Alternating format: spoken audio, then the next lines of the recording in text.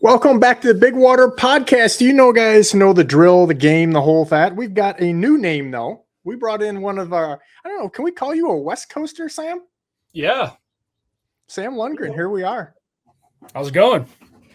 You know, you kind of do a lot of different stuff than what I do. Fisherman or fisherman, but you kind of represent, buggy whip guys. I'm just going to get right to it. Like, yeah, river stuff. You spend more time in waders than I do. How about that?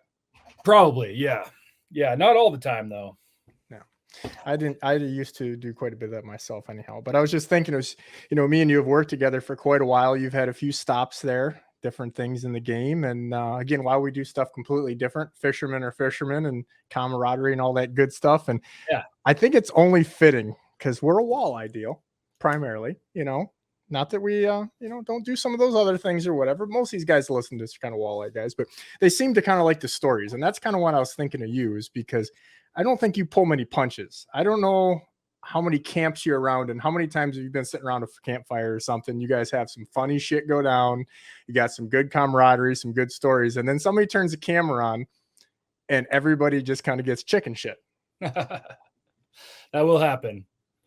Do you, I mean, that's just the world now, because everybody's afraid, right, of getting in trouble for something?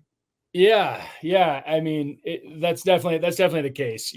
There's cameras everywhere. Everything's being recorded, and there's value in things that happening around a campfire, staying around that campfire. But at the same time, I don't think we can live our lives in fear. You can't. You gotta enjoy it a little bit, and you gotta be able to reminisce on weird shit that happens, or else what's the point?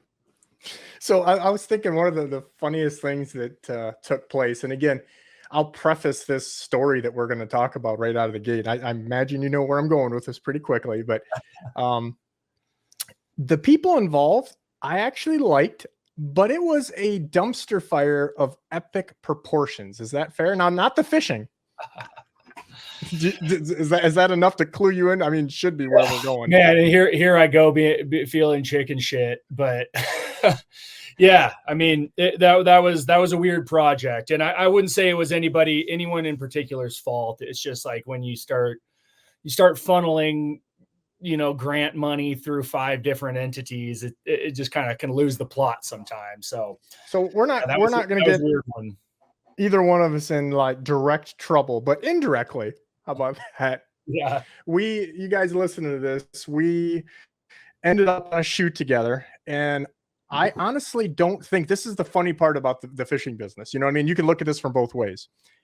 The people that were paying the bills, as we call them, the client, if you will, they didn't know me and you knew each other. Did you ever think about that? They didn't at the beginning. Only because of one of your cohorts who lives in a different country literally was like, hey, I got a job for you, and it's literally in your town. And there was other things going on with kind of a dumpster fire with this project with these people. They ran things a little different than I think maybe most people would. But nevertheless, here let's get going, and you jump in at any point. But yeah, well, I mean, stop you right there to say that it wasn't even their money. I mean, I think it was like federal grant money that they were playing with, and they're just like had to spend it by the end of the year or something like that. I was never entirely clear what was going on there, but it didn't seem like they cared enough. Yeah, it was kind of one of those deals. The thing was kind of like, hey, we don't know what's going on here, but we're going to have Sam pick what's cosmetics and handbags we use. And then we're going to let his mom choose the rods and reels that we're going to use. That's kind of like the vibe that if we really want to make this snaps. But at any rate, so long story short, people listening here, me and Sam have known each other for a while. We've worked at some stops before, done some stuff. But as the thing goes in the world, sometimes when you live literally across the country from each other and you both got busy schedules, getting in the boat, like I don't do a lot of quote fun fishing anymore. So this was an opportunity. The first time me and Sam had fished together, he'd been wanting to do some walleye stuff. And this setup was in the springtime. It was really prime time to do this stuff, even though the weather can be an absolute dumpster fire. But so if you can kind of just envision this, me and Sam getting the boat together, and I don't know how many of the shenanigans we'll exactly get into, but the funny part of this thing is they were supposed to pay me to do some things. And then, well, Sam shows up to do part of those things they agreed to pay me for. And it was like, now imagine that's like your job, people listening to this. You're like, wait a minute. Oh, by the way, I know the guy that you're trying to fuck me over with here. But and me and you obviously fine. And then they put a guy in the boat with us who's super cool dude. Like I would just share the boat with him again. However, they really screwed him over because like we remember I got him admitted like, so how long have you been doing this? And he's like, well, this is my first time. Yeah, today is how long I've been doing this. Yeah, we're watching some of the camera work and stuff, and I'm like, I'm not like Hemingway with the pen or Jacques Cousteau with the camera here or something, but I'm like, I think this guy's pretty green. I don't think he's done this a lot before. And he's like, yeah, I actually work in the office, but they told me to take my own personal camera and let's go in the boat. What do you guys think I should take pictures of? We're like, what? Just all of it. I don't know. And I didn't know what you were supposed to be being paid to do. I was supposed to be out there writing. Like that was what I was told. And then I was like, should I bring a camera? And somebody was like, oh yeah, sure. And then after the fact, it was like, oh, your pictures sucked. Somebody told me that my pictures sucked. And I was like, I wasn't even supposed to take pictures in the first place. And there was a photographer there. So yeah. And the video guy didn't even know. He was like, hey, the camera's not working. He had sunglasses on with a polarized lens. And I'm like, but yet they're complaining about your pictures. Here we are. But that was all fine and dandy. I think, the funny thing about this is maybe this is when we're going to get knee deep in this is kind of funny. I think people like to see some or hear about some of the behind the scenes stuff because it is so difficult. I don't think people understand. They're like, oh, you get to fish, Sam. Ross, you get to fish. And they don't understand, like, to film this and make it look good. It's a lot. I don't even say work. It's a lot of things that you forego. You can't do because you have to go over here and do this and that. And I'm not asking that. Woe is me. No, not asking that. But I don't think people realize how much stuff goes on and things that you can't do. And you can't run here because you got camera gear out. Can't shoot here. You got the sun over here and all these different things. And then people are like, oh, whatever. But then the flip of it is if they were to watch a video, even if it's YouTube, they'd be like, I can't see shit. Your audio sucks. This video blows. I can't believe I paid no money to watch this on YouTube for free, but you suck. Yeah. But at any rate, there's all of that. And then there's an element of the fact that fish are just afraid of cameras, dude. I've filmed fishing all over the world, and it just having the camera there just makes everything harder and just not go as well. I've also been present for, I'm not like the camera operator, but I'm a film producer, and I've seen some incredible stuff happen in front of a camera that you'd never believe if it hadn't been rolling. But such as also been on so many shoots. Give us one of the most unbelievable ones. Like probably be more hunting, I'm guessing, focused. But yeah, I've filmed a lot more fishing than hunting. But I caught like a 350-pound arapaima on camera this year. That was pretty phenomenal. And we got. I don't think I can even spell that. Yeah, probably not. We got Miles Nolte catching like a 30-inch rainbow trout on a dry fly in New Zealand, and but at the same time, we've also been on so many shoots where just nothing's happening, and there's the whole production behind it, and it just doesn't go well. But that's and that's even when you have it all buttoned up and a whole bunch of professionals involved. But like that one we're talking about was just like. That was such a goat rope, and nobody had any clear responsibilities. But the only thing that didn't go, the only thing that was okay on that, the fishing. That was the best walleye fishing of my life, man. Thank you again. Yeah, getting back to the story a little bit. So we head out and we drove way down so we hit the waves kind of right. Because again, it's almost like a guide trip for me, right? Like I don't know this camera guy. Is he going to get seasick? I haven't been in the boat with you. You can fish 1,000 times, but you get in a smaller boat and you go out in the Great Lakes in the middle of it in the middle of April. Bad shit happens sometimes. So it is what it is. And it's just like a guide trip. Like, hey, if the camera guy's sick or Sam's, then all of a sudden this isn't a win, no matter how many fish we're getting. So you got to kind of prepare for these things. But we went out and we started catching fish pretty much immediately, which is always a good icebreaker. And then, do you remember, did you catch maybe a big one that day? I don't know, or two? I think so. Yeah, or three. I think my personal best walleye going into that trip was 26 inches, which is it's a real good one in Montana. That's a real good one anywhere you go. But like, yeah, I think I broke my personal best 3 times that first day. Yeah, we had one. I don't remember how much. I always say you guys measure them everywhere else. We weigh them here on the Great Lakes, but it was definitely a double digit. I don't remember how big, honestly. I got our guy, the camera guy, got a video of me that I looked back through recently, and the tail just barely brushed against that 30-inch mark. So like close enough to call it a 30. I felt like, and it was post spawn, so definitely would have weighed a lot more if we'd weighed it later. But yeah, real nice fish. A lot of real nice fish. I don't think we caught anything under 20 inches that day. We probably caught like 2 dozen. It was I think the funniest part of that whole deal was I remember it was, again, I'm really not picking on this guy because he's a good dude, but it's just one of those, just like me and you, like you have to be initiated someday. And he learned a lot of lessons, I think, that day. And, good for him. I mean, everybody has to. But I remember kind of sneaking behind him, just like I would do in a guide trip. And I told him, hey, because I guess even backing up, again, the bad part of this is I kind of got on his shit before we even got in the boat. Yeah, surprise. Because I was like, hey, man, you can't be doing a bunch of videoing because basically your boss just told me they were going to pay me for this and this. And now you show up essentially unannounced. Like you told me he was in the airport. I didn't even know this guy was coming, if you remember that. And I'm like, huh?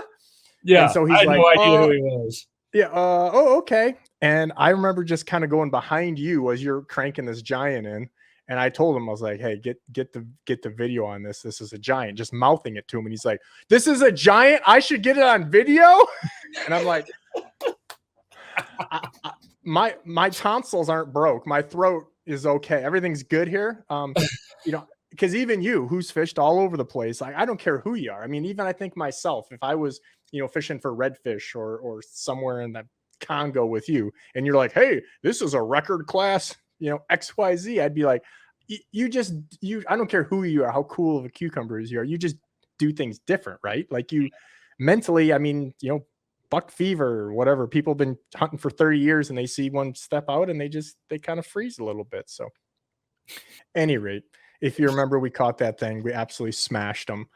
Yeah. That was like just an obliteration. And then the lake went to almost flat calm. Yeah. And we got everything done. So again, like people asking like behind the scenes stuff, it's really hard. I don't care who you are in 3-footers to shoot, whether it's cameras or video and all this stuff. So when it went flat and we had some nice fish, we got a bunch of takeaway shots. And, it was one of those deals where I'm like, what else can we possibly do here? Because again, probably should admit this on video, but it, here we go. Where, when you come into a couple of these shoots, if you were to come out with your own Sam Lungren, media deal and say, you're probably coming here with 3 days. That's real talk, because that really probably means we're on the water for 2. Yeah. And then maybe some of that's not ideal for even filming. I mean, just to get it done because we have to get it in, right, type of thing. And we go out there and we just knock this thing out of the park in a couple hours. And then we kind of monkey around a little bit and get everything. We're shooting for a whole bunch of different stuff because you're trying to get everything vertical, horizontal. I mean, that's the reality. People like listen to like, well, I don't care about that. Like you guys do when you bitch and you see something, you're like, that sucks or that looks ugly. So we're trying to get all this stuff done. When you Google anything, like people need the videos and the articles and all this stuff that like is populated through the internet, and people just Google things like it comes out of the ether, but it needs to be created. And yeah, it takes some time to do that. I was taking notes the whole time we were out there, and yeah, we were trying to get it done, but like the fishing was just kept up with us. It was great. I like to say we started on a fishing trip and we ended with a catching trip is what we did. But nevertheless, the fun part of this, I think, becomes where, again, this is real talk. When you got, it's just like if somebody comes to paint your house and they get it done in 6 hours and you go, that's amazing. But yet you thought they were going to be there for 2 days. Don't penalize me for being good. I always tell them, don't penalize me for being good when that weather lined up. And do you remember at that night, I was like, hey, we should go do something. Let's go to, I don't know, Mexican for dinner. So we all went out to Mexican for dinner. And then I think, Sam, you were the troublemaker that suggested, hey, do you guys have a good dive bar around here? I mean, are you going to laugh this off or are you going to take some credit here? I mean, I don't know. I don't remember who made that call or not. But now we're getting some chicken shit, Lundgren. That does sound like me, Ross. It was. And then Sam totally asked for the dive bar. Right. You know what? The boss lady Our producer of the podcast, Boss Lady, was there. Yeah, she was. Yeah, that's why I was wondering if it was her idea. No, that was you. 100% you. 100% you. Okay. I'll claim it. I don't know. He's kind of. I'm kind of. I feel like. I thought you were going to take a little more credit, but anyhow. So here's the deal. So to bring this, I think. Well, most you're the guys, one who provided the dive bar and started ordering drinks, so I think we can share the credit. I did. I didn't know we were going to stay there until they closed. I didn't either. Or until Cinderella lost a flip flop. Oh, you remember that? You literally had these. You had these like you were wearing.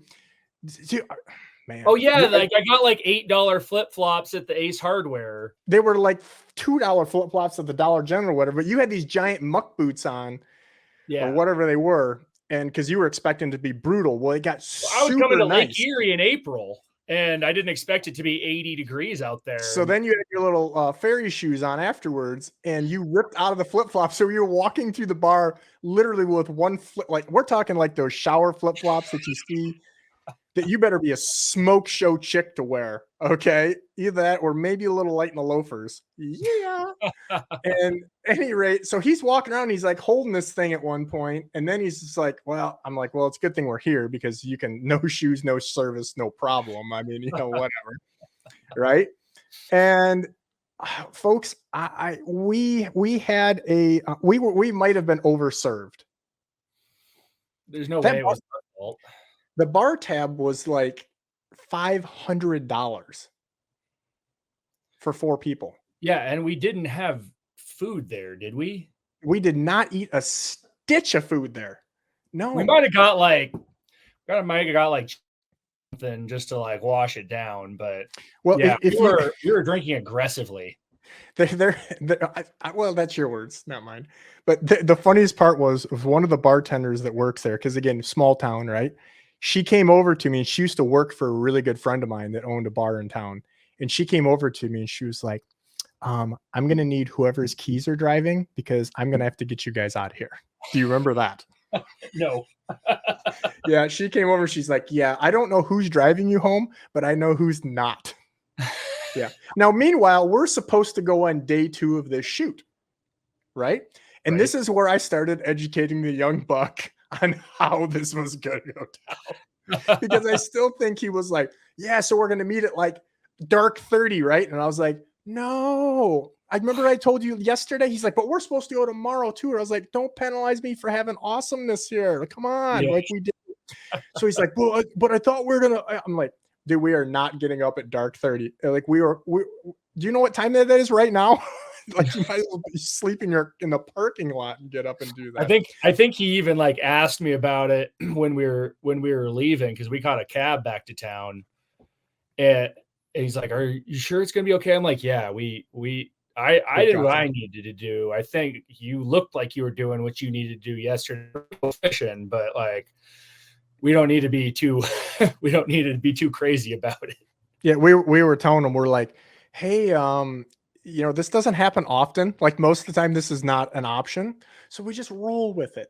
This is a staycation. Just roll with it. But he was, understandably, he was the rookie. He was the new guy in the office and all that BS. But I think you Welcome ended up having to the fishing industry, kid.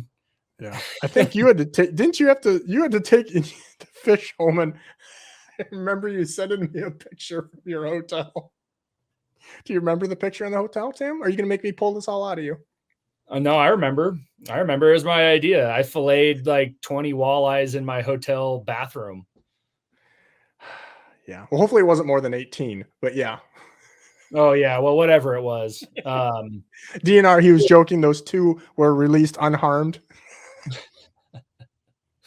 No, it was well within our legal limit, whatever it was, but it was an arduous task, and I did clean up really well, but there's also like no completely getting rid of that smell. I felt a little bit bad afterwards. I cleaned it more than I should have probably. Yeah, they either thought that there was OJ was in town, or The cat shelter got emptied out or something going on there.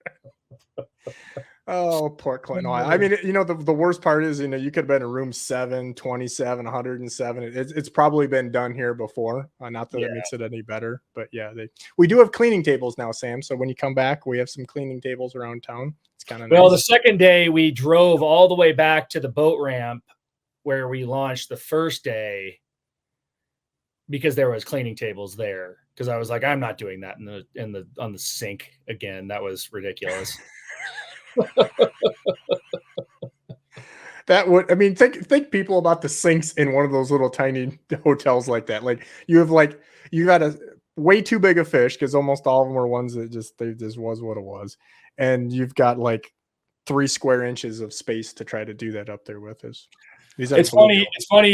You mentioned that though. That's like not even the most egregious fish cleaning that I've done in a hotel room. Oh, really? Do tell. Oh, do tell. Back when I was working at Meat Eater, I got roped into presenting at a sportsman's expo in Portland, Oregon. So I was there with Steve Ranella, Ryan Callahan, and Danielle Pruitt.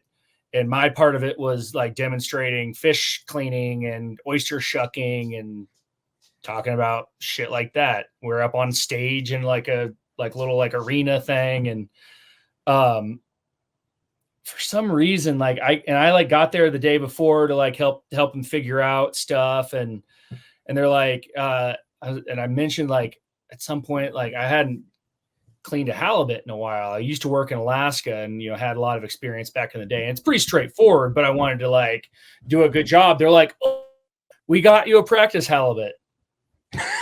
I'm like, oh, perfect. Practice halibut. And then they give it to me, and I'm thinking like a practice halibut should be a chicken halibut, like a 10-pounder or whatever. They give me like a 40-pound halibut. It's like a barn door. Yeah, and I don't even have a car, so I like caught an Uber back with this thing in a garbage bag to my hotel room and walk up. And luckily, it was one of the ones with a big countertop. And I have a picture. I have a picture of this. I think I posted it to my Instagram back then. But yeah, I filleted that thing right there. And luckily my parents came down from Seattle to watch that. So I gave them a whole pile of halibut meat. But it was pretty weird. And again, like as soon as I got done, I was like, oh, I feel bad for the cleaning lady. And like the next day I like bought a little bit of like bleach or not bleach, but cleaning spray and like cleaned the heck out of it. Cause like, why did I do this? Like, yeah, practice halibut.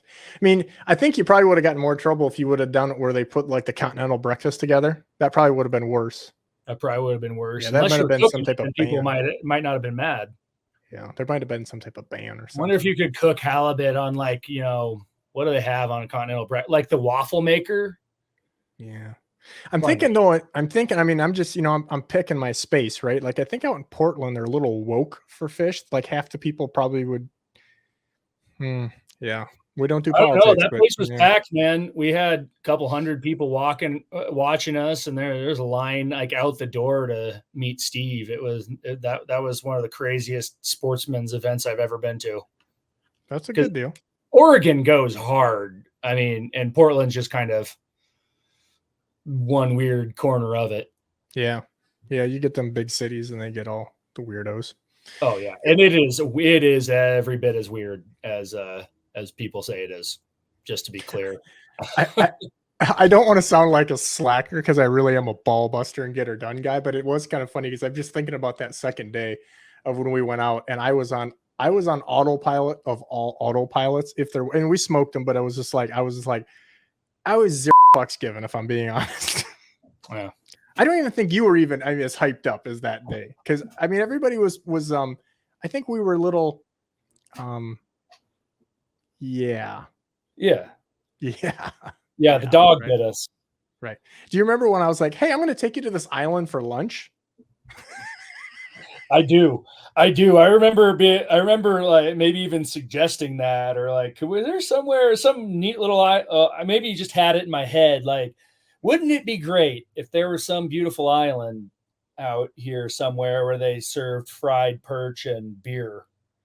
Yeah. And Yeah, then, and you're and like, then, and then the universe provided. and then you're like, I was like, I happen to know a guy where we can get a dock about 10 feet from a restaurant and we can go right now. One text, it's on. And that's what we did. So that kind of ended that trip. Wonderful.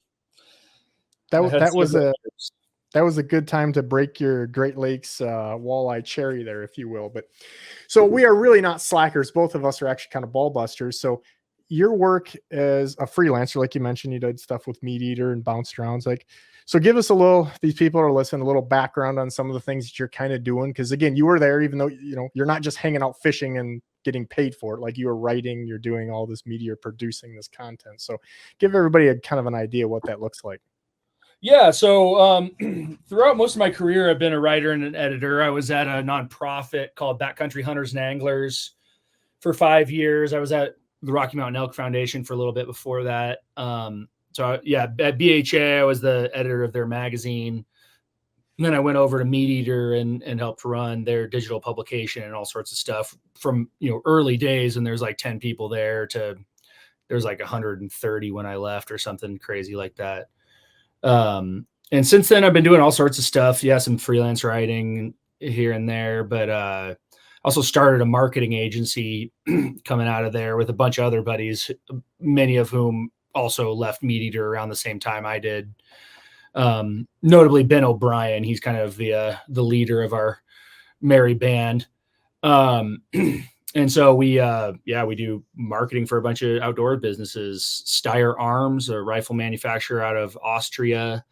Lindell Yachts is a boat builder in Washington, and the Mule Deer Foundation. So that takes up a lot of my time. I do a lot of the writing related stuff around that, but I'm also just sort of the general guy who knows shit about boats and catching fish for that entity. That is an important thing. It is important. You got to have somebody like that around. And then my other gig is with a business called Midcurrent. When I started with them, it was a travel agency called Fly Fishing International, and then they acquired a publication called Midcurrent. It's a fishing blog that's been around for like 25 years.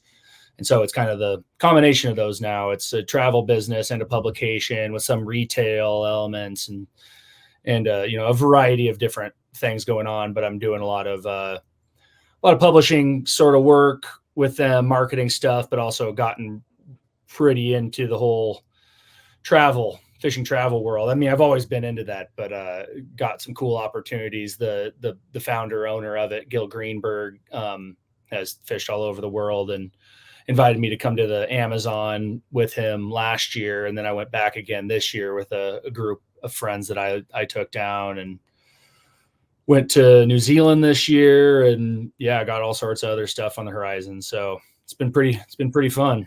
I think a lot of the good guys always end up going to work for themselves or to do these piece projects, because you just start getting so huge with these companies. It's like they get to that point, and then there's just things are different, right? And just rather it's everything. You start having human resources departments, man. It's all downhill from there. Yeah, it's funny you say that, because I have a sponsor who's kind of a similar thing to that, and now they've got all the stuff, and I'm like, yeah, I don't, HR sitting in on this meeting, I'm out. And the owner literally, there's an individual owner, and he's like, yeah, Russ is not going to end well with Ross. And I'm like, I don't know. And again, we're talking fishing because that's what we do. But the reality is I think this is not a fishing thing. This is a life thing. It's just the way everything's progressed with just people and things and whatever. But, so I think some of the stuff when I think of you is because, again, if you follow Sam's social media stuff, or you do after listening to this, you're going to see he's been all over the place, and a relatively young dude. And I think the thing is, maybe somebody's not going to go fish for panga or steelhead even in Alaska or whatever crazy thing that this may be, or go to Africa. But I think one of the things is a type of boat, not a type of fish. Yeah, but where do you think that name came from? See, this is now you're showing how young you are. Where the name came from? Yeah, you have to look that up afterwards. Okay, we'll do. Yeah. Any rate, ginger fellow, a lot older than you. any rate, so I think what people like, again, maybe they're not going to go steelhead fishing, like I said, in Alaska, but some of your experience with travel things, because even if you're going walleye fishing, right? So let's say you're going on a fly and walleye trip or something.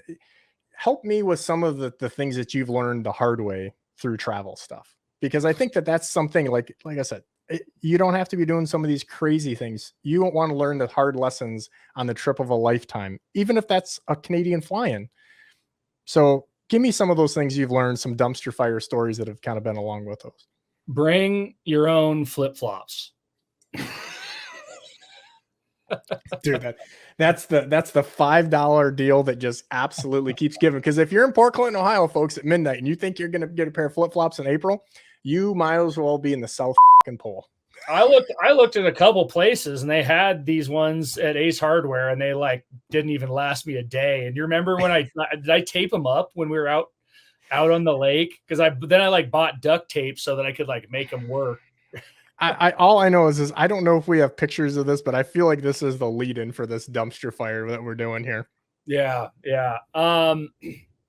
I don't know. I mean, I think that speaks to a broader theme that, you need to be prepared for all possibilities. I came up in Boy Scouts and all that, and, I still think about that all the time to, be prepared. And writing pack lists is something that helps me a lot. I don't do it every time. I'm traveling every month of the year, often like trip after trip after trip. Like when I came and saw you, I was coming straight out of a shoot for Lindell Yachts in Washington, and then staying with my parents there for like a day, and then flying to Ohio, and then coming back. And then I went straight into some other thing. So, things get, spread out. You don't know where all your shit is. Half of it's at home, and you don't get to go home. But, that forethought stuff is just huge. Like, what if it's hot? What if it's cold? And just writing it out, even if it's just on a piece of paper, because it's so easy to just skip over that one thing. I just produced a film shoot in off the coast of California. I didn't have like my nice pair of pliers, and it was just driving me nuts to have to cut every knot with. Are you a player snob too? A little bit. Yeah. Why not? Yeah. Right? Why not? Yeah. If somebody gives you a $300 pair of pliers, you're going to use them and love them, and every other plier is going to fucking suck, right? I'm joking with you, but I'm 100% with you. In the boat, I don't generally use, because people throw them overboard. But it is funny, I'm of that philosophy. I'd rather have one good pair of sunglasses than 20 $10 pairs, just and have good quality. And I think that kind of leads into, an idea that I have with travel stuff is people, bring, I always tell them, bring what you need, but don't bring excessive. And if you don't need 3 sets of rain gear, if you have a good pair of Sims Pro Dry, like, it's stuff that's not going to typically fail as much. Right. And so, I mean, when some of these trips that you kind of host, do you see people just bringing, like, on some of them, you probably have weight restrictions or obviously size restrictions, but people just bringing too much shit and not the right stuff? With I've only so far hosted one big international trip. I've been on a number of them, but I've only done one that I was like genuinely responsible for everybody and like earning money on. And that was that trip to Guyana into the Amazon rainforest this year. And everybody who came was pretty dialed, like had experience doing that kind of stuff, or experience doing like real hardcore shit in the United States. I mean, it also included my dad and my best friend. Well, two They're of like co-guides almost. Yeah. So it wasn't. I went through people's, packing stuff with them on a really granular basis. Like, no, bring 2 pairs of socks, not 3. So I kind of was able to dial that in ahead of time. I was actually kind of fuck up on that trip because I brought like 40 pounds of clothing to give to all the guides. They're native Amerindians who live in the village at the mouth of the river, and don't get to go shopping all that often and, are stoked about sun hoodies and stuff. Like, it's not stuff they can really get their hands on very, very easily. We tried to ship stuff down there. It's very difficult to get things into Guyana, and, I brought sunglasses for all of them and all this stuff. So coming back, I was lighter than everybody, but coming down there, I was heavy with gear, because we filmed it and we had a bunch of sponsors, and I told all of them, like, all these guides would just absolutely love to have, anything you guys want to send. So, yeah, but I've definitely, I've been on so many trips throughout my life, from scouts all the way up to the modern era. And I think what I've seen more often is people not packing enough than people packing too much. Yeah. I can't tell you how many times a dark cloud shows up and somebody goes, "Oh shit, I didn't know it was going to rain." Like, we're fishing. I know. I tell people all the time, it's always gonna. I've never gone out on a boat. I don't think I've ever gone out on a boat that I didn't have a rain jacket in some capacity. I mean, probably, you know what I mean? Like, I would never. It doesn't have to rain to need rain gear. I tell people that every single day. I'm fighting with them in the parking lot. I'm like, boat spray, this, that, cut the wind. It's a simple light layer to cut the wind. It's a shelter. Yeah. Yeah. So, no, I mean, yeah. And that's why I always bring, when on my boat, I have a pair of rain gear that lives on there, plus the one that whatever I bring each time. And, like you mentioned, I do a ton of hunting, and when I'm taking out, well, when I'm hunting in the mountains in Montana, which is, September, October, November, I generally have like 3 to 5 pairs of gloves in my backpack at any given time. And like, that's just for me. Like, I like to have like a light pair that I'm walking with, and like a fingerless pair, and then like the save your fingers cold pair, then like a pair that I'll use when I'm like butchering an elk. But like when I'm going to be with anyone else, I'll like throw in another 1 or 2, just because so many people carry like their one pair of light gloves, and that's the gloves they got. And then those gloves get wet and they're not gloves anymore. They're just like, they're hypothermia machines. So yeah, I would rather people bring too much stuff a lot of the time. You can fit a lot of gear in a boat, you can fit a lot of gear in a truck, put a lot of stuff in a backpack. I am very much an overpacker, over prepare kind of person. When I'm packing for car camping, I'm going to be like, you need an extra car for the weekend. Yeah. Oh man, we did an elk hunt last year down in Idaho, where I had a buddy fly in from Texas, and me and a friend, a videographer, drove down from Bozeman.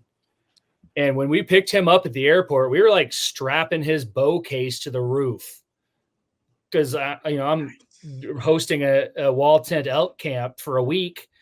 And, I've got a wall tent in the truck. I've got a big grill in the truck. I've got, well, not like, like a camping grill, but I want to have everything I might need. And when you have as much gear as I do, you can think of a lot of things that you might need and want. Some places you go, though, like a Canadian fly-in, I think a lot of the walleye people listening to this either have done that or not. There, dude, they got a scale right there, and they're like, either some of it you're going to pay crazy, or they just go, nope, start unpacking.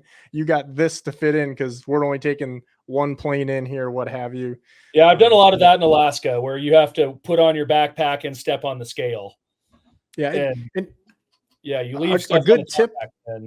A good tip I have for people listening to this one, to me, is to dual purpose. So like for me, I've got a Sims dry duffel, like a big one, and people don't realize how much the bags weigh themselves. So when you have something that you're not using, now I have something that if it gets set down, all my clothes aren't wet, or that can go in the boat potentially. And then like when I'm flying, my carry-on is a Sims roll top waterproof backpack. And so that goes in the boat with me then.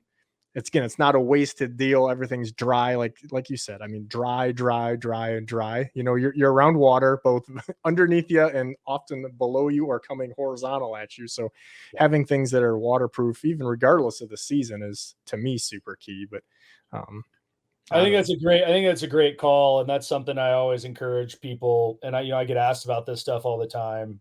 The dual purpose and, you just like be on the trip when you leave your house to go to the airport, not when you get on the ground. Like when I'm going to the Amazon rainforest, I'm wearing my Sims water shoes, my like wet wade shoes in the snow in Bozeman in February, walking, into the terminal, because I'm not going to bring a pair of sneakers down there that are going to get like, ruined Useless. or just totally useless, because like these are basically, they're basically sneakers. They might look a little weird, but who cares? And, wear like your quick dry pants, not jeans.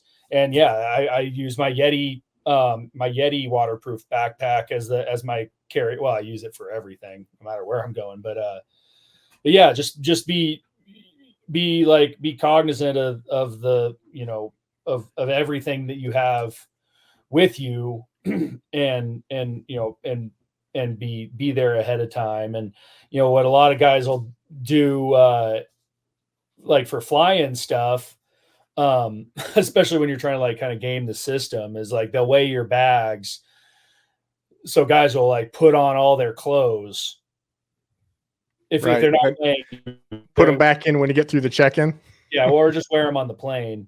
Because a lot of those little bush planes aren't insulated and not heated or anything. So, might as well. And it also cuts down on space in the fuselage or floats too, if you're wearing your big jacket and whatnot. Right. Yeah, I know. We've done that with ice fishing stuff. You're like, you get in these tiny little planes. Our mutual friend Joey Samelli, he doesn't like small planes, just FYI. And when you're going ice fishing, and that's the max amount of gear ever that you would need. And we're in there wearing those boots, feeling like, you're 500 pounds trying to walk through a runway. It's great fun. But yeah, I think that, when you're doing trips like this and somebody's looking at them, there's a couple different trips and they're totally different people, right? Like even if you're going to fish peacocks in South America or whatever, there's that one that the trip is like, they have your cocktail, handy when you get out of the plane. And, it's like super schmoozy and super like kind of posh, if you will. And then there's the like kind of, I won't say working. Then there's then there's the kind that we do in the Amazon, where then there's the more under a tarp. Right. And again, like when you said, like, these guys are fisherman friendly, like these guys have probably done the trip before, where it's with hunting, it's the same thing. Like you get guys that never sighted in a rifle before, like, just do it for me. They're like, nah, you kind of should know. We want to make sure you can like hit the broadside of a barn. And it's the same thing with fishing. But I guess when price determines that real quick, when you start looking at these trips, you're like, I don't have 75,000 to go steelhead fishing. So I guess we're going over and doing this. But what advice would you give somebody for setting up a trip like this? I mean, I know obviously, you host some of these, but let's say that they want to go for stripers or something that maybe, is not in your wheelhouse currently, or you don't have some kind of connections with. What are some of the steps? Maybe it's your writer end of you, or what that you look into to say, hey, if we want to go pick something, right? Largemouth, stripers, whatever, and say, this is how we're going to start. I don't think largemouth or stripers is a good, well, I mean, we can talk about Give me a good one then. It's funny because I did write an article from that trip about like how to prepare for a Lake Erie Walleye adventure. I don't know if that actually got published or anything, but they paid me for it. But yeah, I don't know. I mean, largemouth, walleye, stripers, you can just go do that.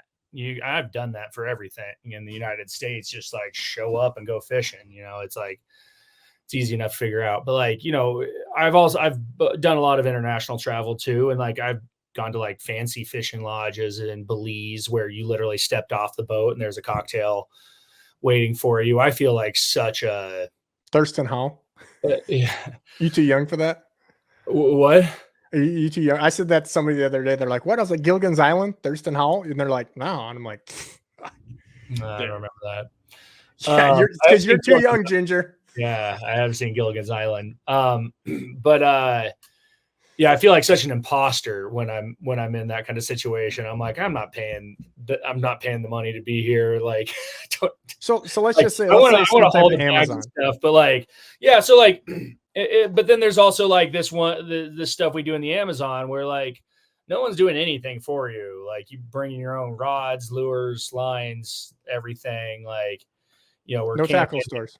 Yeah, no tackle stores. Like the guides don't have anything. The outfitter has some stuff, but it's like his stuff, and you got to kind of ask to borrow it. Yeah, tarps, hammocks, all sand, snakes under in the shelter, spiders, scorpions. I had a live scorpion. Like I was unpacking after my first trip down there. I opened up my big Yeti Panga duffel bag and I was taking stuff out, and there's a live scorpion sitting in the bottom that came all the way back from South America. I actually kept it alive for 3 days. That's comforting. Stuff. Yeah, it was cool. So yeah, I mean, it's like people have to like first and foremost, what like have to know what the experience is.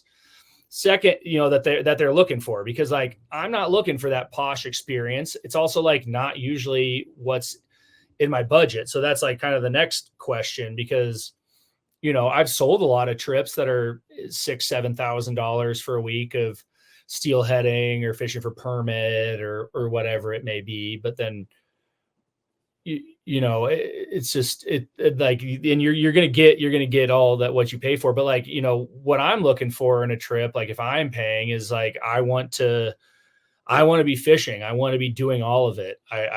I like tying my own knots. I like making my own lure selections. I like fishing by myself and not being told what to do.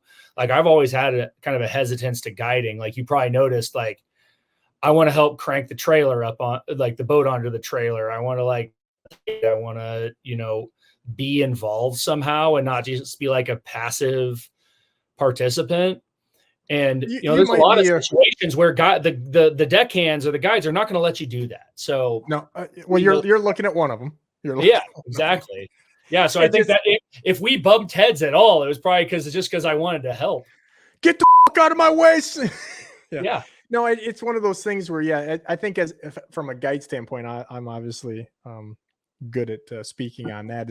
It's sometimes where people just don't, you're playing chess, they're playing checkers. And sometimes when you need help, but most people, I'm just with guys, I hate to say this out loud, but with guys in the boat, they usually aren't good listeners. They kind of are thinking on their own, and you already know what's going to happen. And it's not what common sense is going to tell you is going to happen. But having somebody like you in the boat, when you like have to have like, I need you to do this right now, like that's super helpful. But so again, where I was kind of going with that help, is you're not the typical guy that's listening to this, real talk. But there's a lot of people, because I get emails all the time, clients, friends that are like, trying to do some of the stuff you did. Like, hey, I'd like a bucket list trip to go to the Amazon.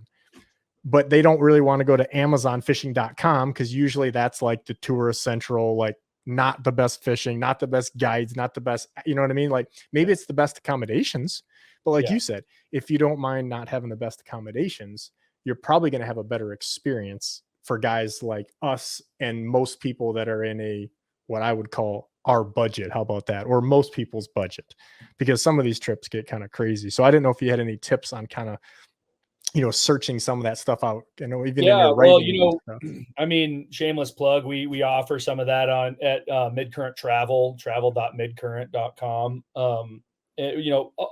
All types, from the posh to the really rugged. And like what we do in Guyana, like I'm not going to sell someone that trip unless I'm going, because it is absolutely savage wilderness. It is like getting there is like harder and more dangerous than actually being there too, because like it is a very poor country. Like most people don't know where it is. Most people think you're talking about Africa when you say Guyana. It's actually, like touches Suriname, Venezuela, and Brazil.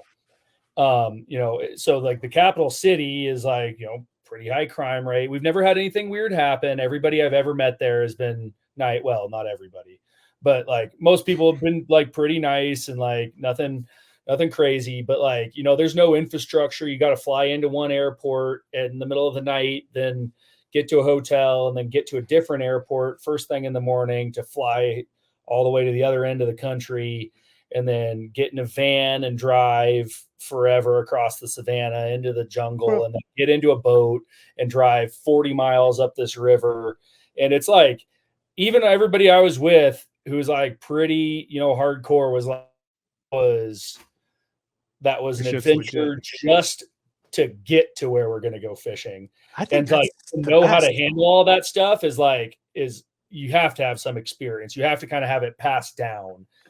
There's intermediates between like the posh and the like ultra hardcore, but like some of It's the kind of like ice good fishing stuff. trips to me.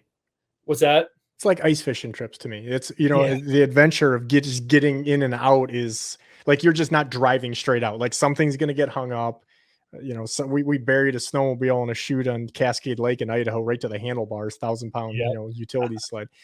But that's part of it. That's like the hunting trip of it. And I think that a lot of those things, kind of like you said, remind me even of a walleye trip, to Lake Erie. When people are selecting, having like your agency there is a huge deal, because when I talk to people on the phone and I'm like, Bob, I don't think March is the time to come to Lake Erie when you just had three knee replacements, right? Like he's got 9 broken hands, and he's like, I'm like, I think you should come in June or July. We're still going to catch a bunch of fish, but you're going to be able to be upright. Like, even though we had a super nice day, if you remember the one day there, just before was brutal, as you were coming in, and the luck of the schedule is not with you. So having the right timing, and that could be the same thing, and questions you need to ask if you're going to the Amazon or any of those crazy things you've done is what time of year for what you're wanting to do is a big deal. They have like a 2-month season down there, 2 or 3-month season, but it's just that's the dry season. Well, the dry season is like 4 months, 4.5 months, but their whole culture is December. That's rodeo and Christmas. Like like the entire country takes that off. So yeah, they don't have fishermen in. But yeah, I mean, if people want to go in June, it's like the river is going to be 40 feet higher than it is in January. You're not fishing. No. It's just So gone. So what are, of all the travel and stuff you've done, what is probably the most like standout? I'd definitely do that again, or maybe even I'm glad I'm never going to do that again, but holy shit, that was a deal. I don't know, man. I mean, I've talked about the Amazon plenty. I'm doing it again. I can't get enough of that shit. It's just kind of in my blood now. I went to New Zealand for the first time this year, which was just with old Miles. Yeah, hung out with our mutual friend Miles for the first week or so of that, then crashed at his place in Wellington for a couple days after. And I mean, that was just it was like kind of the the trout fly fishing trout equivalent of what you and me did on Lake Erie, where I'm like, this is the biggest brown trout I've ever caught on the fly. No, this one is. No, this one is. Like in the span of 2 days. And it's just such a beautiful place. Those rivers are just gorgeous. Like I wrote, I was writing about it today, actually, and I wrote something to the effect of like, it gives you the suspicion that some higher power was designing this place just for you. One of these rivers, I just like felt like God made this one, like with special attention. And the trout, it's just like everything's huge down there, and you see them most of the time.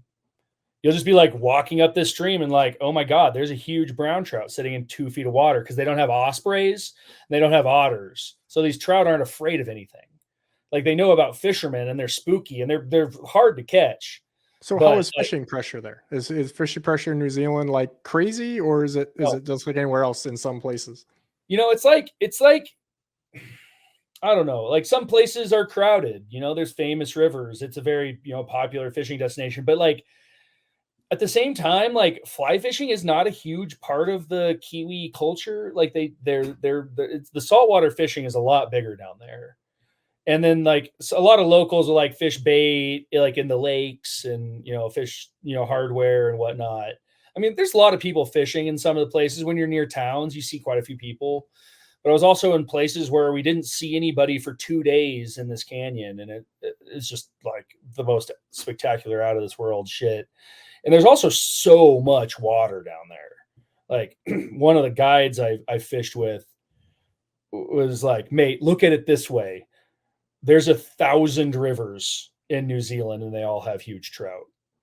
Like you never see the end of it. I know Like, Miles, anytime I talk to him, it comes out about every 5 seconds about how, screw your walleyes. I've got brown trout that'll eat yours and yeah. yeah, well, me and Miles argue about that too, because I know that walleyes fight. Not all of them, but that's his like constant assertion that walleyes don't fight. I'm like, that's horseshit. I've gotten tore up. I also caught one yesterday out on Canyon Ferry Reservoir near me in Montana that I think I knew it was a fish, but I was also just like drag him took him for the ride. I mean, it was probably like an 18-inch, nice eater, but it was just didn't even like move itself. I mean, walleyes are not the hardest fighting fish. I mean, I never have said that.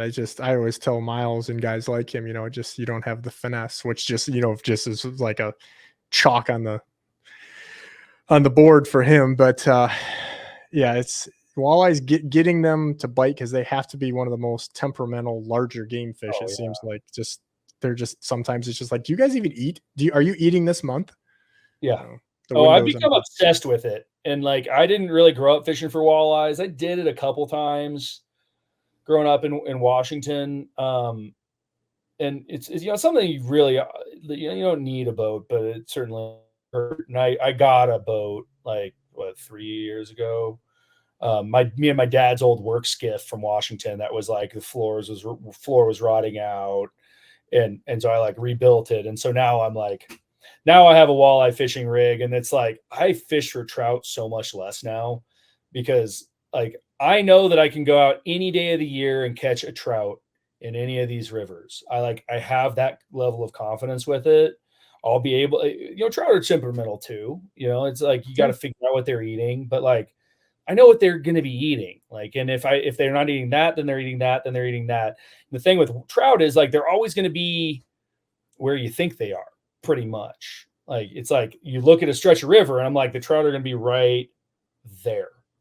And so like I can fish that spot long enough with enough flies that I'm going to be able to talk one into eating it. With walleyes, it's been such a process to like understand the patterns. And I'm fishing in Canyon Ferry Reservoir, which is very large lake. I mean, it's no Erie, but like, it's a substantial body of water. And so is Yellowtail, so is Holter, and Fort Peck is massive. Yeah. Oh, I fished Fort Peck, dude. That place is nuts. More coastline than the state of California. So it's like just figuring out where they are can be maddening. And they're gone in 2 seconds, especially in Fort Peck. Like they come out of that deep old river channel, they go up super skinny, hard to and then they right back out. And they'll be up in Fort Peck. They'll be up on the surface chasing those ciscos. Like that's one of the craziest things, because there's like those schooling herring.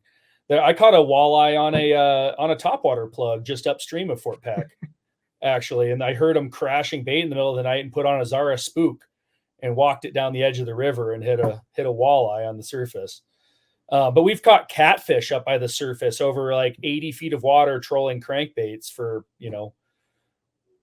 pike and walleye and whatever, and caught big channel cats that were up chasing those ciscos. So yeah, I'm obsessed with the challenge of walleye fishing. I get more like satisfaction out of figuring out a walleye bite than almost anything else, because they've defeated me so many times.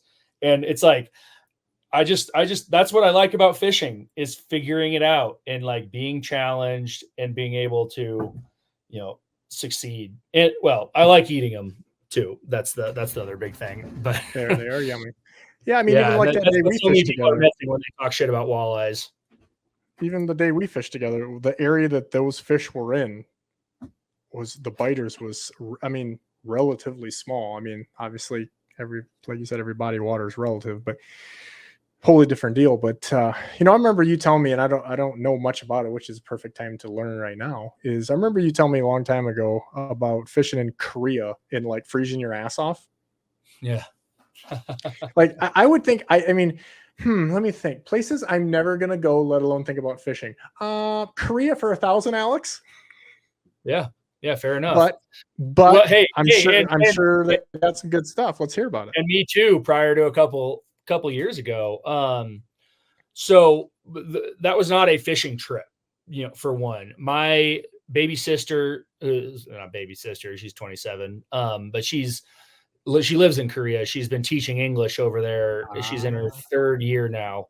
And she loves it. She's, wanted a, cool, crazy post-college experience, travel the world, see different places. And, yeah, she's been over there and having herself a good time. So yeah, 2 years ago for Christmas, the rest of my family, my mom and dad, my other sister, we decided to go visit her for the holidays when everybody has, a bunch of time off work. So we went over there. It's very cold. It's more northerly than it looks like on a map. Like, the whole time we were in that country, like we were wearing heavy winter coats and gloves and hats and all that. It snowed while we were there. But, I'm a fisherman first and foremost, and I'm a traveling fisherman. I've had a list going for a long time of how many countries I've fished in, and I have a goal to fish in 50 countries before I die. It's an ambitious goal since I'm only at 14 right now. But it's a lot harder than you think. It's accelerating. I'll have 16 by the end of this year, possibly 17. So, they're ticking their way off. But so yeah, I was Googling around about it and found an American who lives over there and outfits and guides fishing trips, and talked to him on the phone. Great dude, Matt Avalt. He's from Georgia and has been over there for like 15 years. And, he fishes Korea, but also Japan and Mongolia and Russia before all of that stuff happened. And offered to take us out fishing for cherry trout, which is it's a trout species. It's actually like the 6th species of Pacific salmon, because they're anadromous too. And another fish called linnock, which looked kind of like a whitefish. But yeah, the weather was just savage. I mean, we got out there, we had to take a train like 4 hours out into the mountains and stay at this little town, like is like kind of a ski town up in the mountains, and went to a Buddhist monastery that had been involved in like repopulating this stream with these fish. It's like the national fish of Korea. But we were fly fishing and it was like single digits when we started. I remember thinking like, I've fished it, like I've iced fished in weather like this plenty, but like, with fly fishing, you need, the line to slide through your guides. And when you're ice fishing, your terminal tackle is underwater, so it doesn't freeze. When you're fly fishing, you're picking it up and drifting and picking it up and drifting. I wrote an article about this, and I was talking about like noticing how like little snowballs were like flying past my head, and then like taking a look at my flies, and they were just like totally just ice balls of ice. So I'm like, even if I got a fish to bite, it wouldn't catch the hook. And so I started just like putting them in my mouth between drifts and like kind of chomping the ice off of them. It was stupid. It was silly. Dare I say that bite might not have been great in Korea? Oh, it didn't touch a fish. Yeah. But that's one of those things you don't regret it. I mean, no, sometimes that's the best shit. Yeah. And I made a great relationship with a great guy who I've, stayed in touch with, and we'll likely do business with in the future, because we're an international booking agent. So like if I have an opportunity to send clients to him, I will. It's funny, we're actually going to go to Japan this year for Christmas.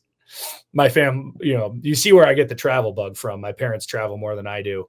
But we're like, my sister can't get off a lot of time. It's hard to get back to the States and for the holidays and stuff. So we're like, oh, we'll meet you over there. And they're like, do you want to go back to Korea again? I'm like, absolutely not. They're like, how about Japan? I'm like, yeah, definitely.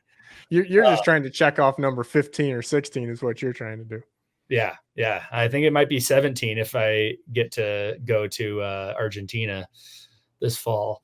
And then I'm going to Namibia in a couple weeks. So checking them off quick. But yeah, so I'm going to probably fish with him or have him tell me where to go again. And, it was cool. It was a incredible cultural experience to go fish in a place like that. But, it has so many similarities to high mountain creeks that we fish in Montana, and, go get to talk to Buddhist monks who love fish. And, it's one thing I found is interesting that culture. Fishing makes the world smaller somehow. It's like, it's maybe one of the most universal activities. Just anywhere you go in the world, if there's water, there's people fishing. And I've had conversations in Europe and Asia and South America with people who I genuinely can't communicate with. Like, I don't speak the same language, but like there's a kinship in that. Like, I went to a fishing store in Korea, and I think I was probably wearing this hat, and the guys are like, oh, like I don't even remember how to say anything in Korean. Annyeong. But like, just and like picking up lures, and you're like, 100 bass, 100%. and they're like, yeah, and just and I've had that in France, I've had that in Italy. It's like, because it's like such an ancient, pastime and food procurement activity. It's just like, it's everywhere, and you meet a fisherman and you meet a friend, basically. And that's one of the reasons that I like fishing so much when I'm traveling, even when it's not related to fishing. Like that one in Korea was totally shoehorned in, because just like, I gotta go get my fix, but I just love like learning more shit about fishing. And like, I've also, been in situations where, like, fishing in Europe, like I found tackle that like nobody in America has heard of. And wait till you go to Japan. From what I hear of friends that have gone there, they said the tackle shops are just out of this world. Like, leave your credit card elsewhere or you're just going to die. I know. My mom asked, like, oh, is fishing big in Japan? And I'm like, think about this with me. Like, gamakatsu, daiichi, daiwa, like, it's like all of it comes from Japan, basically, on some level. Like, in the bass fishing world especially, but like has a huge influence on the saltwater fishing technology, huge in fly fishing. Like, they're like it's such an obsessive culture that I think fishing really plays right into that. So I am going to have to be careful about going to the tackle shops there, but I'm definitely going to. I wrote an article once called Tackle Shop Tourism, how like that's the best way to get to know a place if you're an angler, because you're going to have somebody you can get along with, and then you're going to just like see cool shit and buy cool shit. And there's a camaraderie. I mean, two of my best friends were from college, ironically wearing the same t-shirt. I had a G Loomis t-shirt that just said G Loomis, like their old written logo. This is a long time ago. And two guys are like, hey, so you fish G Loomis rods? And we're in classes, with hundreds of people on a giant campus, and something as simple as that, we're still good friends to this day. And if somebody knew 25 years ago or 30 years ago that, G Loomis, just no logo, no fish, no nothing, just, hey, you fish G Loomis rods? Hell yeah. I fished G Loomis rods growing up. Like, I'm from that same area. Gary came up in, and that's funny you mentioned that. Like, that happened to me an hour ago in the t-shirt I'm wearing right now, Bellican beer. I was just stopped at the hardware store on my way home, and the guy at the counter goes, Bellican, that's from Belize, right? I'm like, yeah, it is. He's like, yeah, I was down there fishing like 10 years ago. Like, I love that country. I'm like, cool. I got to go do a podcast. So close me out with one of your biggest debacles. And it doesn't have to mean because it was good or bad fishing. I mean, like we talked about, a lot of this is the travel, and getting there is half the battle. What is like the biggest like shit show debacle that you've had in one of these travel things for any reason? Boy. Don't climb up on me, because I know you've had them. I mean, if you haven't, you're lying. Or I don't know. Like, I live by a saying that goes, it's not an adventure until something goes wrong. So it's just, I like to roll with the punches and just view things as just like, it's just part of the experience. I've had a lot of crazy shit breakdown. Things get delayed. I feel like I'm going to disappoint you, Ross. I don't know. The first time I went to South America, my flight got canceled out of Bozeman, and I had to navigate Georgetown, the very dangerous capital city, by myself in the middle of the night, which was weird, but handled it. Managed to get through all of it. I was just like a day late they waited for me before running upriver, but it was definitely kind of scary. But breaking down is bad because it's going to happen if you do. If you haven't done it enough. I have all brand new gear on a regular basis, and just you get hubs that lock up. You get this, just shit happens, and those things are a bad deal and could put a damper on. I had my main go out on Fort Peck when we were camping about 15 miles from the boat launch, and some pretty serious wilderness part of the lake. I wasn't able to get it going again. And so I ended up, and then the wind came up, which Fort Peck is famous for. I mean, it's that just absolute wind tunnel. And so we're in 3-foot chop and had to run 15 miles on a 4.5 horse kicker. So of all the travel you've done going to Korea, it happens in your back door. Yeah. I mean, but at the same time, I'm just a, kind of a glass half full kind of guy, and, just accept the fact that in outdoor adventures, things will go wrong. You know what I did? I trolled the whole way back. There you go. And then I was with my dad and one of my best friends, and we were probably about a mile away, and we had kind of camping gear and my dog, and my boat's not huge, and we were going 1 mile an hour, and so you're watching the tree that you're not passing. Yeah. So we were about a mile away, and I put on a life jacket and jumped overboard and swam to the bank and walked to the truck and had it, backed up, strap out, everything ready and waiting for half an hour before they got there. And then because there was such a heavy chop and it was a really exposed ramp and the lake was really drawn down. I don't know when the last time you were there was, but the ramp I used at Fort Peck when I was there, it was in 2000. I think the last time I fished, the thing was 300 yards long, and it was steep. Yeah. This one was about 500 yards long, and it was probably the same one as a pancake. And so I had my truck in the water. Actually I was past the end of the ramp. So yeah, I had my truck in the water as far as it would go. You couldn't trailer most boats there, and barely could trailer mine. But because there was such a following chop, and it was it's totally exposed, we ended up swamping the boat trying to get it out, and then got it on the trailer. But then my truck was stuck because I was at the end of the ramp, so we had to go get the other truck and tow my truck and the boat up and out of there. Fort Peck, and I think that's, maybe this is a good example of this, is you don't have to go to Africa or Amazon, even though that's cool stuff and it's different. Is there's so many adventures just within the lower 48. Oh yeah. I can remember going out to Fort Peck with a bunch of the boys, Gary Roach, kind of the Legends All Walleye guys, and on Route 2, looking ahead, going, "What's that?" And and there were snakes that we were running over on one of those stretches that was God knows how long, just the whole road. And we had on that trip of craziness, we had a wildlife officer, whatever they call him out there, pull up on a jet ski, to check us.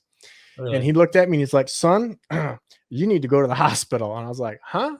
He's like, you have heat something, exhaustion or whatever he called it. And I was like, "I drank a gallon of water." He's like, "You can drink 3 gallons of water out here today. It don't matter, because how fair skinned we are." This is before those nice Sims sun shirts and all that stuff, right? You're wearing jeans just so you don't die. Right. And you get burnt to a crisp. Oh, it was so bloody hot there. And I'm betting we were at the same ramp because we were staying in these little if you want to call them cabins, but they were the lodging Not that the the same ramp. guys. There isn't a building within 20 miles of that ramp. Oh, if this helps you, it was this little cabins or whatever You're by the dam. is the guys that built the Yeah, dam. the Lake Ridge cabins. I've stayed there. I've ice fished that. Yep. And then we went up to the what do they call it, the dry arm. Yeah. Some of the biggest smallmouth I've ever seen were in there. Crazy. Yeah. I'd probably never see a targeted bass back then, at least. Maybe No, now. I don't think anybody's doing. I mean, a state record gets broken out of there like every year, but it's all guys fishing for walleyes. Yeah, crazy. Yeah, a guy caught like an 8.5 last year. There's some giants. Like if you catch a smallmouth in that lake, it's going to be like 4 pounds. They're just all freaking huge, and the walleyes too. That's where they're like getting 100 guys are getting 100-pound 2-day bags in tournaments. Serious, that's happened a bunch of times. Yeah, I know. There are giants out there. Just and it just goes to show you, angler pressure matters. It just does. Yeah. And out there, I'm sure there's way more now than there used to be, but relative to a Lake Erie, 500 boats driving across the top of each other every day, and probably more. It was eye-opening for me, man, when I was out there with you. I come from a very heavily pressured angling culture in Western Washington, like, combat fishing in front of the steelhead hatchery with 300 other guys and being out on salmon openers with hundreds of other boats. But like, my goodness, dude, out of Port Clinton, we saw there's like 3,000 boats in sight that first day. I couldn't believe that. And then to actually go have so much success. I mean, I know that's not random. I know you know what you're doing, but like that was a shock. I've never been anywhere with that many other anglers, even Florida. Yeah, that time of year, the problem is the lake fish is small because of water clarity. But right, story for another podcast for people to listen to. But so besides, can you leave me with anything then besides a tip about flip flops? Because we've already established that if you're going to buy flip flops to go on a trip, make sure that they're Sims or of equal quality, if there is such a thing. Because Ace Hardware flip flops will not even get you through a dive bar if you're in Port Clinton, Ohio. Yeah. Yeah, much less a day of fishing. Yeah, man. Yeah, be prepared. Be prepared. Sit down and think about all eventualities. Because I was packed for April on Lake Erie, and we got July out there. I didn't have shorts. I didn't have I didn't have sandals. I mean, I don't even like flip flops, man. Like just needed something because like those boots were so heavy. It was like making you had like knee high, like insulated, like yeah.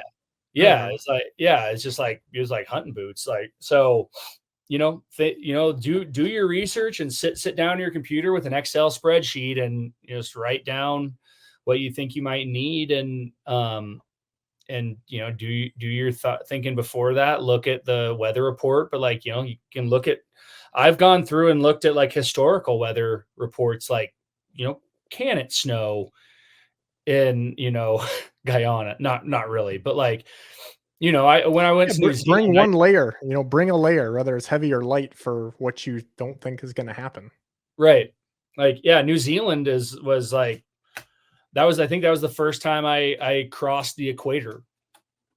And so I had no idea. And, I was like, do I need to bring my waders? And, Miles told me no, and I didn't. But, I also got kind of hypothermic one of the days. I swam chasing a big brown trout around a corner. So I was like fully submerged for like 10 minutes. I could see where that would go bad. Yeah.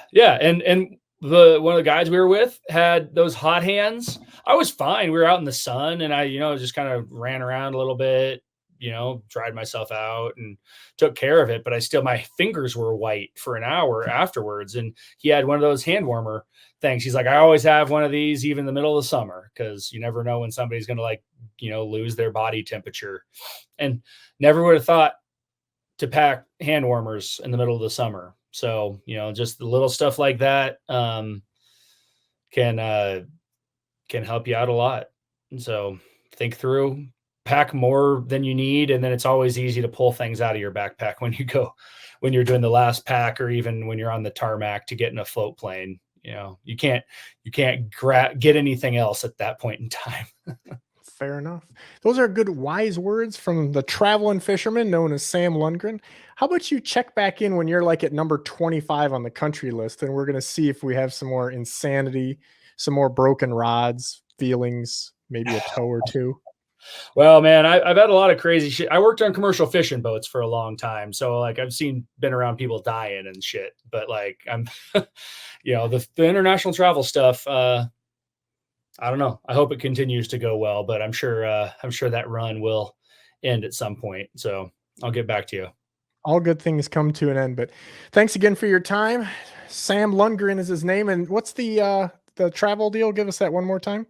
Mid-current travel.